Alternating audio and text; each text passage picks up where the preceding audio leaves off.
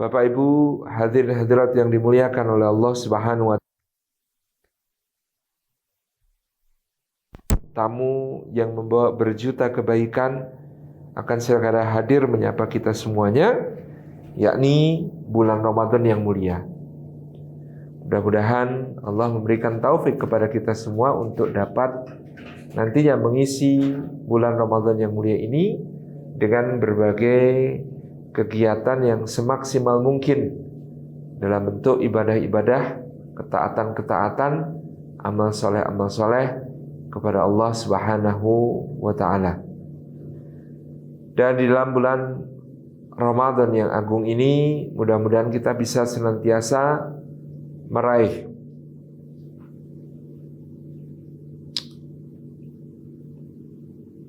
apa-apa yang dijanjikan oleh Allah Subhanahu wa Ta'ala dan Rasul-Nya kepada kita semuanya.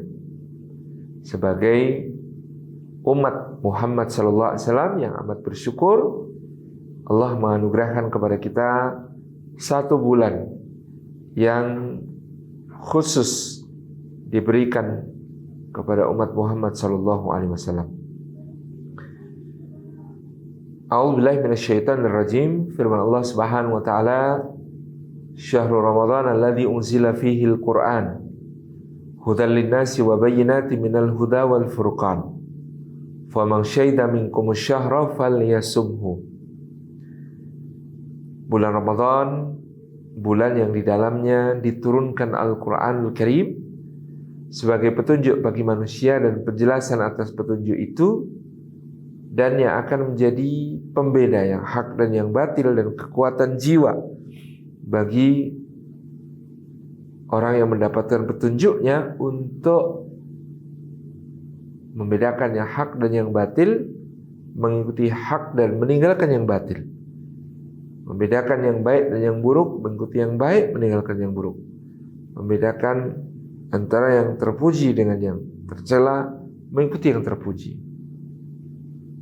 Maka barang siapa yang menjumpai bulan Ramadan itu, hendaklah dia mempuasainya sebagai kefarduan dari sisi Allah Subhanahu wa taala di siang hari Ramadan, dan malam harinya sebagai kesunahan dari Rasulullah sallallahu alaihi wasallam, yakni dengan qiyamul lail bulan Ramadan.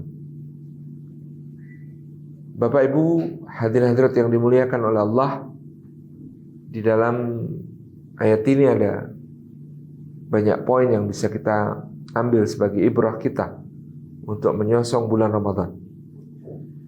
Yang pertama, syahrul Ramadan itu sendiri, atau bulan Ramadan yang Allah anugerahkan kepada kita umatnya Muhammad SAW. Rasulullah SAW bersabda tentang keistimewaan sayyidus syuhur, atau penghulu semua bulan, yakni bulan Ramadan. Atakum Ramadan, kata beliau, syahrul mubarak. Datang kepada kalian bulan Ramadan, bulan yang penuh dengan keberkahan. Tuftahu fi abwabul jannah, di bulan Ramadan itu dibuka pintu-pintu surga. Wa tughlaqu fihi abwabul jahim, dan di dalamnya ditutup pintu-pintu neraka. Wa tughallu fihi asyayatin, dan dibelenggu di dalamnya setan-setan.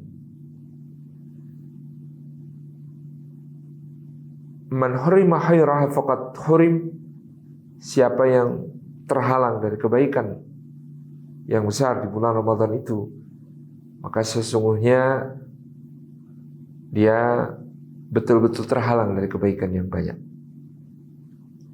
Bulan Ramadan diistimewakan oleh Allah Subhanahu wa taala dengan membukakan untuk kita pintu-pintu surga, sehingga di bulan ini kita akan merasakan betapa ringannya, mudahnya melaksanakan ketaatan-ketaatan, betapa kondusifnya untuk melakukan ibadah-ibadah, betapa nyamannya untuk melaksanakan amal soleh dibandingkan pada bulan-bulan yang lain.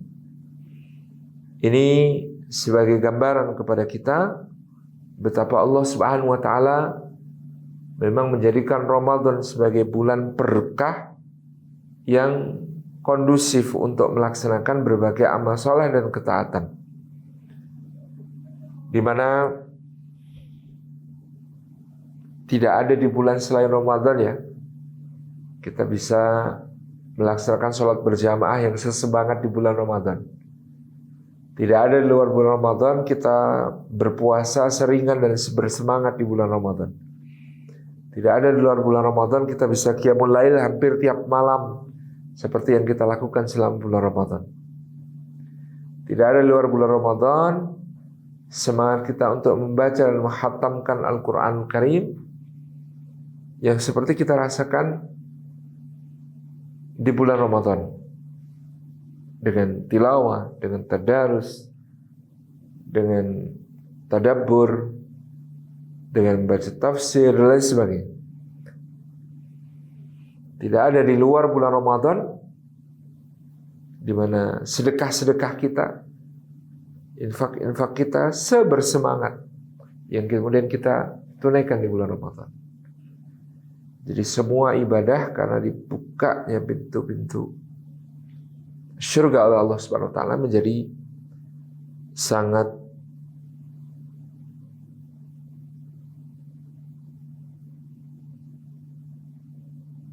akrab dan mudah untuk kita tunaikan di bulan Ramadan ini. Kalau tuftahu fi bi abwabil jannah,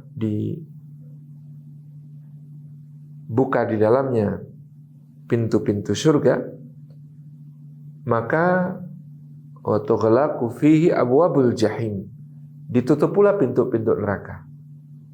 Sehingga di bulan Ramadan itu justru kita kesulitan untuk melakukan kemaksiatan dan dosa-dosa sebagaimana lebih mudah untuk dilakukan di bulan-bulan yang lain. Di dalam bulan Ramadan itu, tempat-tempat kemaksiatan yang biasanya buka pun mengurangi jam bukanya atau bahkan tutup. Di bulan Ramadan itu, teman-teman yang biasanya sangat fast respon kalau diajak melakukan perbuatan yang sia-sia atau bahkan dosa, di bulan Ramadan mereka jadi menghormati Ramadan dan tidak mau diajak untuk melakukannya. Karena ditutupnya pintu-pintu neraka menjadikan aktivitas untuk durhaka kepada Allah adalah sesuatu yang tidak mudah, tidak nyaman, tidak ringan. Yang berikutnya wa tughallu fihi asyayatin, dan bahkan dibelenggu di dalamnya setan-setan, sehingga kita merasakan dorongan-dorongan yang ada dalam diri kita untuk melakukan keburukan, maka sesungguhnya dengan itu kita tidak bisa menuduh syaitan, tidak bisa menyalahkan syaitan, sebagaimana qaul Imam Nawawi dalam Syarah Sahih Muslim, yang dibelenggu adalah syaitan-syaitan dari golongan jin. Kalau yang dari golongan manusia, maka yang terbelenggu adalah sifat syaitaniyahnya. Sehingga kita mudah-mudahan bukan orang yang merasa terbelenggu selama bulan Ramadan, apalagi euforia ketika dilepas belenggunya dengan kegembiraan yang berlebihan di malam Idul Fitri. Bukan, mudah-mudahan. Tetapi kita merasakan betul, ya, kalau ada yang bertanya, katanya setan dibelenggu, kok masih ada yang semangat bermaksiatnya tinggi, dorongannya melakukan kemungkaran besar, maka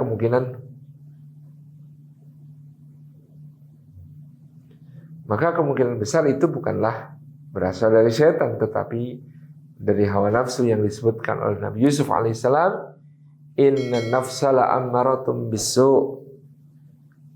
Sungguhnya hawa nafsu itu selalu menyuruh kepada yang buruk, illa ma rahima rabbi, kecuali kalau disayang oleh Allah Subhanahu wa taala. Jadi di bulan Ramadan kita justru bisa sekalian mengenal diri kita.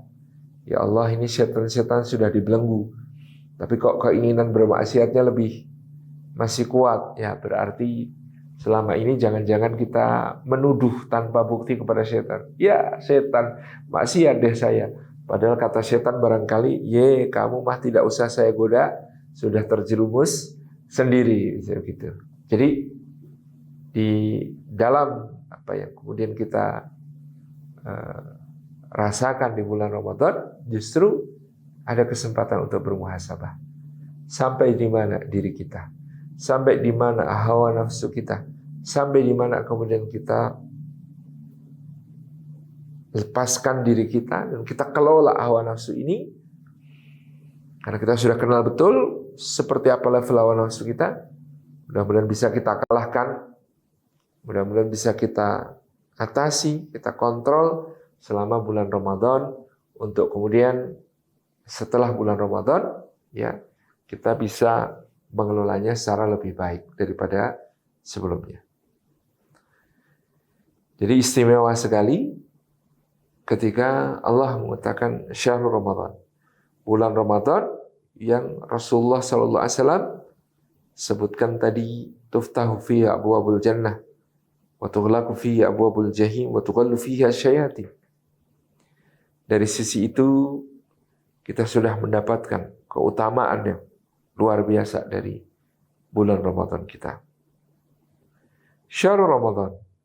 Maka di bulan Ramadan itu Allah Subhanahu wa taala membukakan pintu-pintu keampunan yang seluas-luasnya.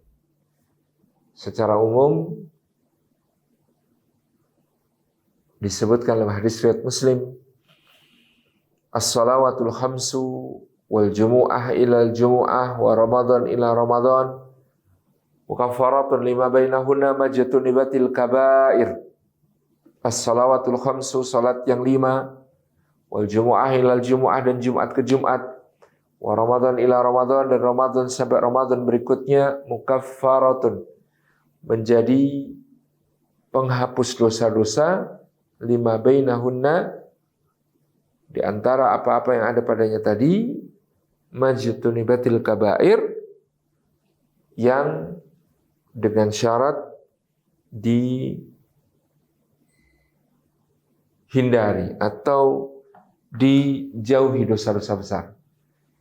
Artinya secara otomatis kalau dosa-dosa kecil gugur dengan kita menjalani salat yang 5 waktu, ataupun ibadah Jumat, ataupun Ramadan kita secara serius.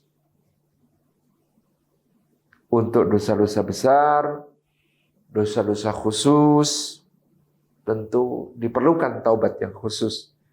Diperlukan mohon ampun yang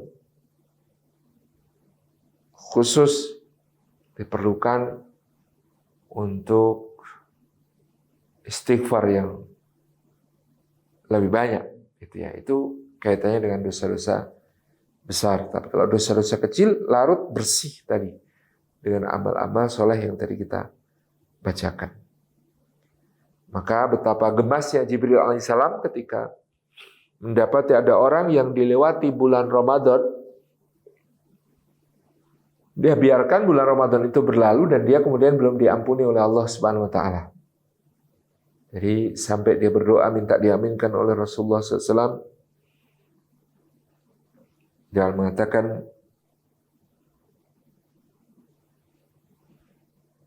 barang siapa dilewati Ramadan dan sampai akhir Ramadan berlalu, dia belum diampuni oleh Allah, maka Allah tidak akan pernah mengampuni selama-lamanya. Makna kalimat Jibril ini, kalau di bulan Ramadan yang kesempatan untuk diampuni oleh Allah sedemikian besar, kok dia melewatkannya, maka agak sulit mengharapkan bagi dia untuk bisa diampuni di bulan-bulan yang lain. Karena kesempatan Ramadan untuk diampuni jauh lebih besar daripada bulan-bulan yang lain. Itu logika kalimat Jibril. Tentu kita tidak pernah berputus asa dari rahmat ridha Allah Subhanahu wa taala, sehingga berapapun besarnya dosa-dosa kita, berapapun banyaknya dosa-dosa kita, kita terus untuk bertaubat dan mohon ampun kepada Allah kapanpun kesempatan itu datang, kapanpun kesempatan itu bisa digunakan, dan seterusnya.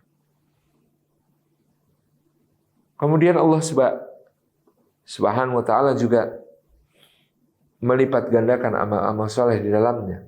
Dalam sebuah hadis riwayat Imam Ahmad, Imam Tirmidzi, Imam An-Nasai dan lainnya. Kemudian ada kalimat Nabi SAW pada bulan Ramadan,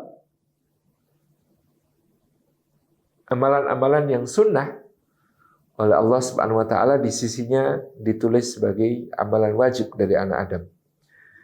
Kemudian amalan-amalan yang wajib dilipat gandakan oleh Allah Subhanahu wa ta'ala tanpa hitungan di sisinya. Itu adalah keistimewaan yang luar biasa dari Ramadan kita. Maka sekali lagi kita penting untuk mencamkan Ramadan ini sebagai sebuah wakfah, ya, terminal perhentian kita untuk kita optimalkan dalam rangka menyambung as-silah billah atau hubungan kita dengan Allah Subhanahu wa ta'ala. Syahrul Ramadan. Berikutnya Allah mengatakan unzila fihil Qur'an, yang di dalamnya diturunkan Al-Qur'anul Karim. Jadi ternyata semua keistimewaan itu di antara sumbernya adalah Quran. Karena Quran itu apapun yang menempel padanya maka akan menjadi mulia sepanjang sejarah. Al-Quran itu disebut oleh Allah sebagai sumber kemuliaan. Allah mengatakan, A'udzubillahi minasyaitonirrajim, laqad anzalna ilaikum kitaban fihi dzikrukum.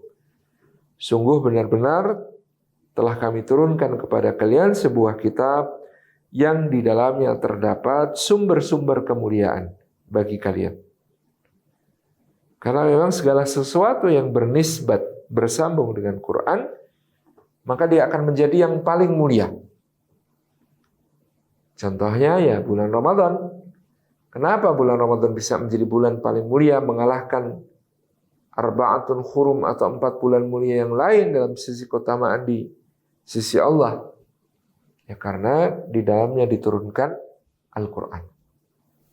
Dia menjadi sayyidus syuhur, bulan mulia yang melampaui bulan-bulan yang lain karena dia adalah bulan yang di dalamnya diturunkan Al-Quran. Jangankan bulan, malam yang diturunkan Al-Quran juga menjadi malam yang paling mulia, yaitu turunnya Al-Quran dari sisi Allah Subhanahu wa ta'ala di Lauhil Mahfuz ke langit dunia, sebelum nanti dihantar Jibril kepada Rasulullah Muhammad SAW, ya, berangsur-angsur sedikit demi sedikit. Tetapi yang peristiwa ini adalah jumlah wahidah atau satu Quran, mushaf yang telah sempurna. Turunnya disebut Lailatul Qadar. Inna anzalnahu fi Lailatul Qadri.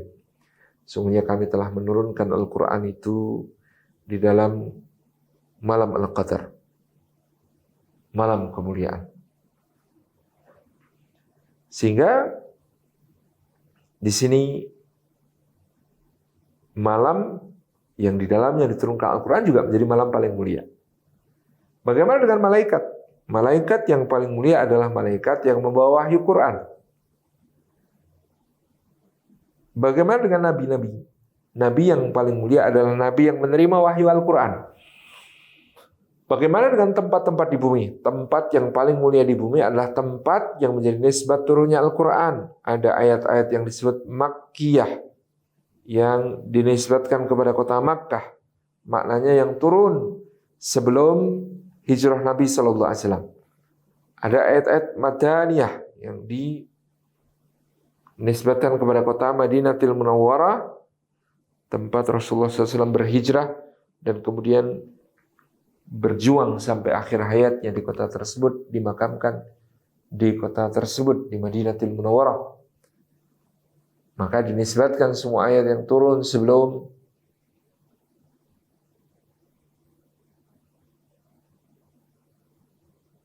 hijrah sebagai Makkiyah, adapun yang sesudah hijrah sebagai Madaniyah. Jadi tempat yang paling mulia, tempat yang menjadi tempat turunnya Quran, Makkah dan Madinah. Jadi disinilah kita kemudian menjadi tahu bagaimana kalau kita ingin menjadi makhluk yang mulia di sisi Allah, ya, jalannya adalah Al-Quran Karim. Jalannya adalah Kitabullah yang bersama ibadah yang khas di dalam bulan Ramadan, yaitu puasa atau siam, maka dia menjadi pemberi syafaat. Dua-duanya, yakni Al-Quran dan puasa. Kelak di hadapan Allah Subhanahu wa taala, puasa dan Al-Quran akan memberi syafaat kepada ahlinya. Orang yang pertama,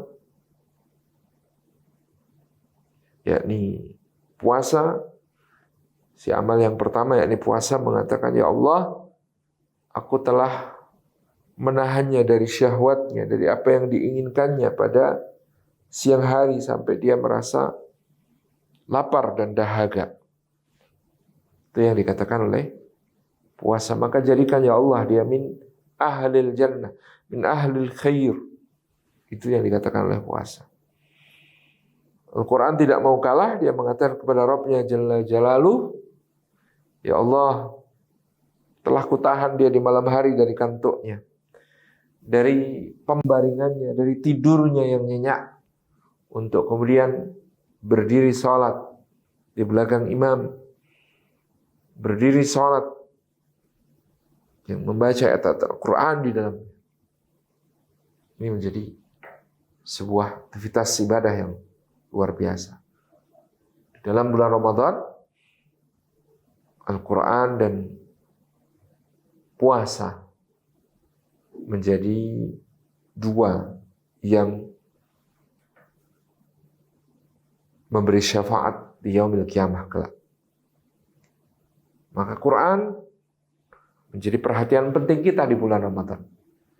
Demikian pula kita lanjutkan nanti di bulan-bulan yang berikutnya, yang seterusnya, agar menjadikan syiar-syiar yang tak putus-putus. Jadi tadi syahrul Ramadan alladzi unzila fil Quran, bulan Ramadan yang di dalamnya diturunkan Al-Quran. Kita sudah bicarakan syahrul Ramadan, kita sudah bicarakan Quran sebagai sumber kemuliaan. Hudal linnasi, yang Al-Quran itu menjadi petunjuk bagi manusia. Petunjuk yang mengarahkannya kepada kebenaran. Petunjuk bagi orang-orang bertakwa. Petunjuk yang akan memandu langkah dan kehidupan kita semuanya dalam kehidupan dunia. Tetapi kalau Quran itu isinya hanya petunjuk, maka sebenarnya Quran itu akan ringkas. Karena petunjuk itu, lakukan ini, jangan lakukan itu, jalan terus, jangan belok-belok, belok kanan, jangan belok kiri. Itu namanya petunjuk. Tapi Allah sekaligus mengatakan, wa bayyinati minal huda wal furqan, dan penjelasan atas petunjuk itu, dan yang mampu membedakan hak dan batil, mampu membedakan benar dan salah, mampu membedakan baik dan buruk, mampu membedakan yang terpuji dan tercela. Sehingga Al-Quran ini menjadi panjang. Sehingga Al-Quran ini menjadi di dalam terdapat cara Allah untuk menjelaskan petunjuk dan jalan lurus itu dalam Al-Qasas wal Amthal, kisah-kisah dan juga perumpamaan-perumpamaan. Maka ketika Quran menjelaskan permohonan kita, ihdinas siratal mustaqim, ya Allah tunjukkan kepada kami jalan yang lurus, maka Allah menjelaskan jalan lurus itu sebagai siratal ladzina an'amta alaihim, jalannya orang-orang yang Kau anugerahkan nikmat kepada mereka. Siapa mereka? Adam, Idris, Nuh, Hud, Salih, Ibrahim, Lut, Ismail, Ishak, Yakub, Yusuf, Ayub, Syuaib, Musa, Harun, Dzulkifli, Daud, Sulaiman, Ilyas, Ilyasa, Yunus, Zakaria, Yahya, Isa, sampai Muhammad alaihi wassalatu wassalam, dan orang-orang yang beserta mereka. Ghairil maghdubi, bukan jalan orang yang dimurkai, waladhdallin, dan juga bukan golongan orang yang sesat. Maka Quran juga menceritakan sebagai pembanding Sebab kita baru akan melihat putih itu tampak putih kalau ada hitam di sisinya. Kontrasnya dengan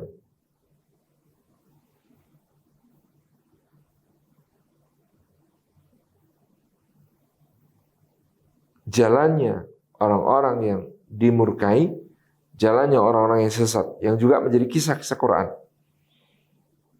Ada si iblis, ada Fir'aun, ada Qarun, ada Bal'am, ada Samiri, ada Walid bin Mughirah, Al-As bin Wa'il As-Sahmi, Nadhar bin Haris, Uqbah bin Abi Mu'aid, Ubay bin Khalaf, Umayyah bin Khalaf, Utbah bin Rabi'ah, sampai ada Abdullah bin Ubay bin Salul. Demikian pula Allah memberikan cerita dan penjelasan tentang orang-orang yang dimurkai dari ahli kitab yang mengaku Yahudi lalu menyimpangkan kebenaran, menghapus ayat-ayat dari kitab suci pun menggantinya dan lain sebagainya. Dan waladhdallin, bukan jalan orang sesat, jalannya orang yang mengikuti prasangka-prasangka dan hawa nafsunya dalam beribadah kepada Allah, sehingga dia pun jauh dari agama Allah Subhanahu wa ta'ala. Yang tadi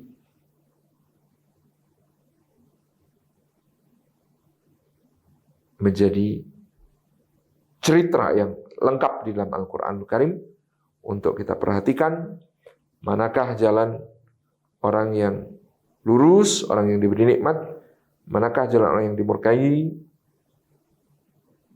dan manakah jalan orang yang sesat. Inilah Quran. Maka jangan sampai Quran yang diturunkan oleh Allah Subhanahu wa ta'ala sebagai sumber kemuliaan ini kita abaikan. Lalu Rasulullah SAW mengeluh tentang diri kita. Qala Rasulu, ya Rabbi inna qaumi ittakhadhu hadzal Qur'ana mahjura.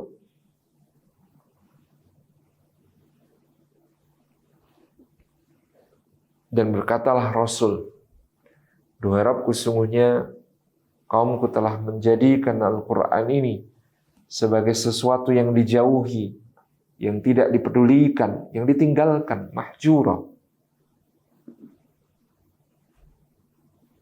Paling tidak kita mesti menghayati Al-Quran tadi sebagai hada bayanul linnas wa huda wa mawidhatul lil muttaqin. Inilah kita yang punya kewajiban untuk menjelaskan sebagaimana penjelasan Al-Quran yang gamblang dan lugas kepada kita semua tentang kebaikan dan keburukan itu. Kemudian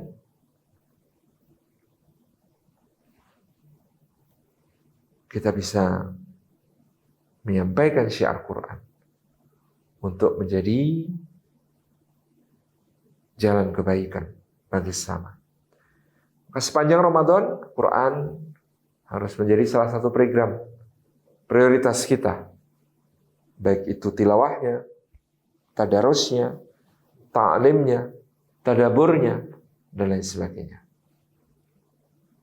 Ini adalah Quran yang kita ingin dia selalu memberi petunjuk. Dia selalu bahkan menjadi kawan akrab kita. Wa mau'izatul lil muttaqin. Yang bukan saja berupa buku, tulisan, huruf-huruf, tapi betul-betul menjadi penyemangat kita. Wa nunazzilu minal Qur'ani ma huwa shifaa'u wa rahmatun lil mu'minin.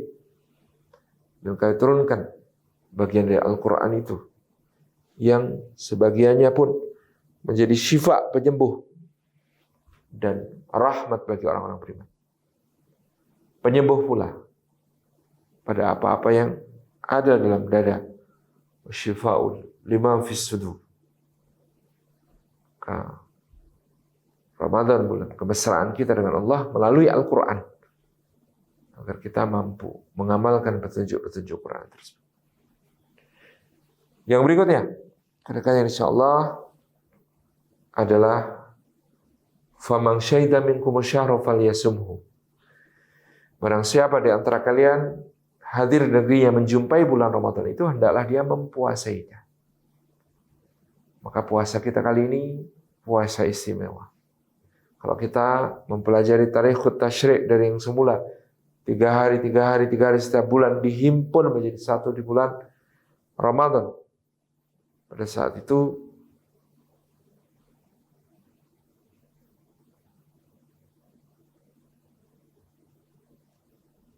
para sahabat mendapatkan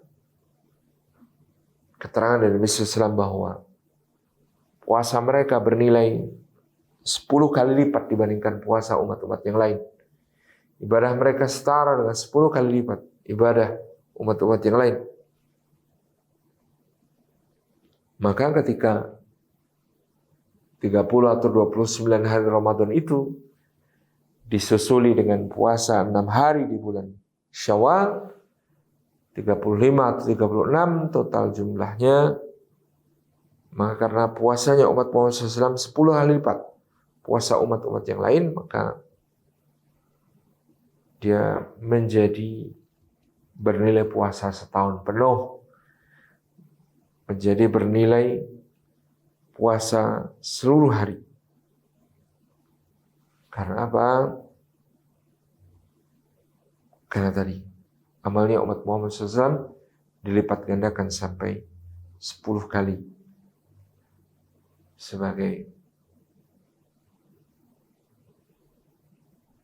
sebuah penghormatan Allah kepada Rasulnya Sallallahu Alaihi Wasallam yang sangat gigih dalam mendakwahkan pesan-pesannya.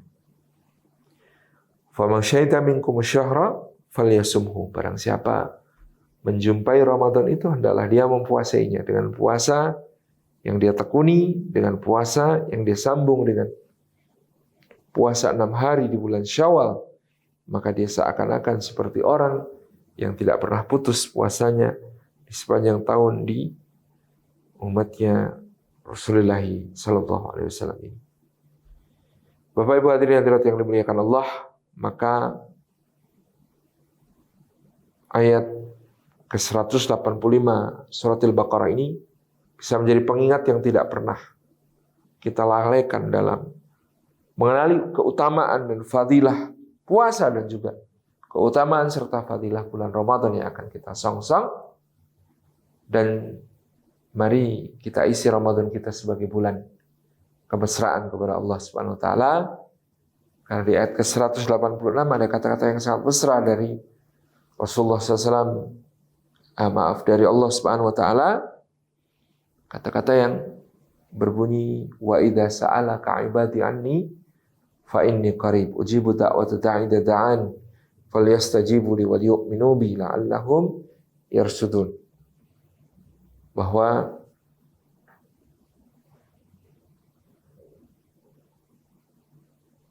ada beberapa orang sahabat Ansor yang menghadap kepada Nabi SAW menanyakan, ya Rasulullah, apakah Allah itu dekat sehingga kami cukup berbisik saja kepadanya, ataukah Allah itu jauh sehingga kami harus berteriak memanggilnya? Maka Nabi SAW mengatakan, firman Allah Subhanahu wa taala membacakan ayat yang baru turun kepada beliau. Wa idza sa'alaka 'ibadi anni fa inni qarib ujibu da'wata da'i idza da'ani falyastajibu li wal yu'minu bi la'allahum yarshudun. Bahwa apabila hambaku bertanya kepadamu wahai Muhammad tentang aku, ini syarat. Kalau syarat harus ada jawab. Kalau syaratnya wa idza sa'alaka, mereka bertanya kepadamu wahai Muhammad, maka jawabnya harus faqul, maka katakan kepada mereka wahai Muhammad SAW bahwa aku dekat. Tapi Allah tidak menggunakan bentuk ini. Allah langsung menyebut fa inni qarib, maka sesungguhnya aku dekat. Kenapa Allah tidak mengatakan faqul inni qarib, maka katakanlah bahwa aku dekat? Karena kalau dengan mengatakan faqul inni qarib, maka katakanlah bahwa aku adalah dekat, maka kedekatan yang semacam itu tidak sempurna. Karena seakan-akan kita ngomong pada orang yang di sebelah, mas bilangin kepada beliau ya bahwa saya dekat. Kalau yakin dekat, kenapa harus pakai perantara? Kenapa harus kemudian mengatakan, wahai Muhammad, katakan pada mereka bahwa aku dekat? Tidak. Di sini kita kemudian memberikan satu penekanan bahwa Allah langsung mengubah khitabnya dari melalui Rasulullah SAW menjadi langsung kepada semua hambanya. Fa inni qarib, maka sesungguhnya aku dekat.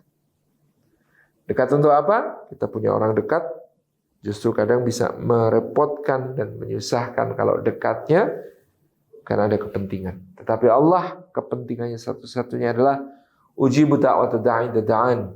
Maka aku mengabulkan doa-doa orang yang meminta kepadaku ketika dihujani, ketika dia kemudian bermunajat kepadaku.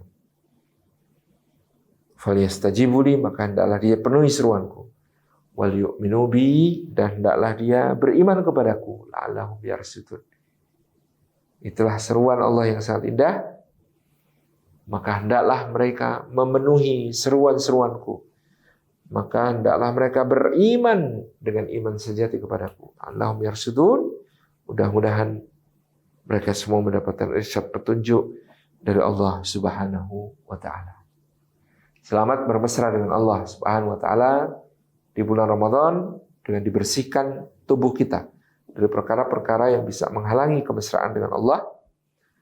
Dibersihkan jiwa dan raga kita di bulan Ramadan, dibersihkan dari dosa-dosa yang menggumpal di antara diri kita dengan Allah, yang ke atas menghalangi doa-doa kita, ke bawah menghalangi karunia-karunia Allah. Ini mestinya menjadi momentum kita membersihkan dosa itu untuk mempererat hubungan kita dengan Allah, untuk menjadikan puasa Ramadan kita sebagai tarbiyah diri, memenuhi seruan Allah dan juga beriman kepada Allah. Memenuhi seruan dengan menjaga diri dari segala yang membatalkan dan merusak puasa juga, serta memenuhi seruan untuk datang kepada Allah, menghadap kepada Allah pada apa-apa yang beri manfaat kepada kita. Memenuhi seruan dalam berbagai syiar yang ditunaikan. Memenuhi seruan dan beriman kepada Allah tentunya. Meyakini segala ibadah kita ini manfaatnya akan kembali kepada pribadi kita. Karena Allah sama sekali tidak berhajat kepada makhluk. Ketika dia memerintahkan sesuatu bukan untuk keuntungannya. Ketika dia melarang sesuatu, tidak pernah berarti kalau sesuatu itu dilakukan akan mengurangi keagungan, kerajaan. Sama sekali. Dia telah sempurna, maka kita meyakini falyu'minu bi, dalam segala perintah ini manfaatnya, maslahatnya, kebaikannya akan semua kembali kepada kita. Jazakumullah khairan, demikian dapat kita sampaikan, mudah-mudahan bermanfaat pada rekan-rekan IP2SC Al-Ummah beserta seluruh lembaga pendidikan di bawahnya. Mudah-mudahan Allah Subhanahu wa taala membimbing kita mengisi Ramadan kali ini semaksimal mungkin. Wassalamualaikum warahmatullahi wabarakatuh.